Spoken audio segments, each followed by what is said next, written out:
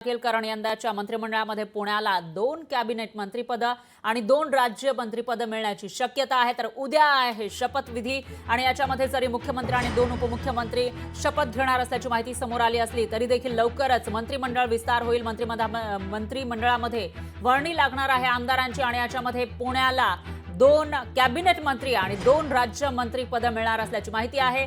अजित पवार यांच्यासह चंद्रकांत पाटील यांना कॅबिनेट मंत्रिपद मिळेल, तर दत्ता भरणे, राहुल कुल, माधुरी मिसाळ यांच्यापैकी दोघांना राज्य मंत्रिपद मिळण्याची शक्यता आहे। तर दुसरीकडे शिवसेनेचे विजय शिवतारे यांचीही मंत्रिपदासाठी लॉबिंग सुरू आहे आणि अजित पवार यांच्या पक्षातील दिलीप वळसे पाटील यांचा मंत्रिपदाला नकार पाहायला मिळालाय। प्रकृती अस्वस्थ असल्याने वळसे पाटील मंत्रिपद घेणार नसल्याची माहिती सुद्धा समोर येते। त्यामुळे आता या मंत्रिमंडळामध्ये नेमकी कुणाकुणाची वर्णी लागणार याविषयी उत्सुकता आहे आणि पुणे जिल्ह्यातील लोकांसाठी अतिशय महत्त्वाची बातमी म्हणावी लागेल। पुणे जिल्ह्याच्या वाटेला 2 कॅबिनेट मंत्रिपद आणि 2 राज्य मंत्रिपद या मंत्रिमंडळामध्ये येण्याची शक्यता आहे। आणि याविषयी अधिक माहितीसाठी आपले प्रतिनिधी विकास कोकरे हे थेट आपल्या सोबत जोडले गेले आहेत। विकास, काय सांगाल? पुण्यामध्ये चांगलं यश आलेलं आहे महायुतीला आणि आता पुणे जिल्ह्याला 2 कॅबिनेट मंत्रिपद तसंच 2 राज्य मंत्रिपद मिळण्याची शक्यता वर्तवली जाते। नेमकी कुणाकुणाच्या गळ्यात मंत्रिपदाची माळ पडू शकते? नक्कीच पहा, गेल्या काही दिवसापूर्वी विधानसभा निवडणूक पार पडली।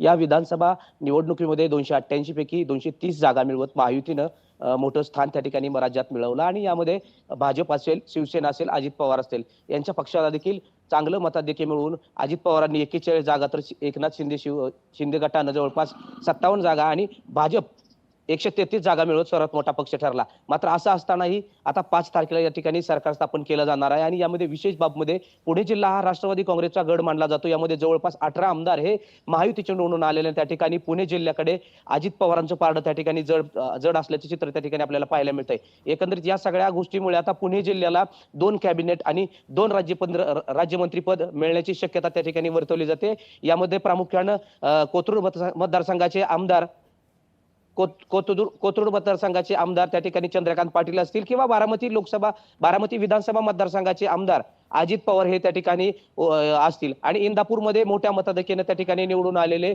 दत्तात्रय भरणे आणि त्या ठिकाणी माधुरी मिसाळ यांना त्या ठिकाणी मंत्रिपद मिळण्याची शक्यता वर्तवली जाते। यामध्ये राहुल कुल यांचं देखील नाव चर्चेमध्ये आहे। मात्र 2 कॅबिनेट आणि 2 राज्यमंत्रीपद मिळत असल्याने या दोघांपैकी एकालाच या ठिकाणी हे मंत्रिपद त्या ठिकाणी मिळणार आहे। एकंदरीत पुणे जिल्ह्यामध्ये महायुतीने जे घवघवीत यश मिळालेलं आहे याचंच गिफ्ट म्हणून पुणे जिल्ह्यामध्ये 2 कॅबिनेट आणि 2 राज्यमंत्रीपद दिले जाण्याची माहिती त्या ठिकाणी सूत्राकडून मिळते। निश्चितच विकास, या विषयीचे अपडेट आपण घेत राहूया। दरम्यान धन्यवाद तुम्ही दिलेल्या या सविस्तर माहितीसाठी। लोकशाही मराठी ऐका, पहा, जागरूक रहा।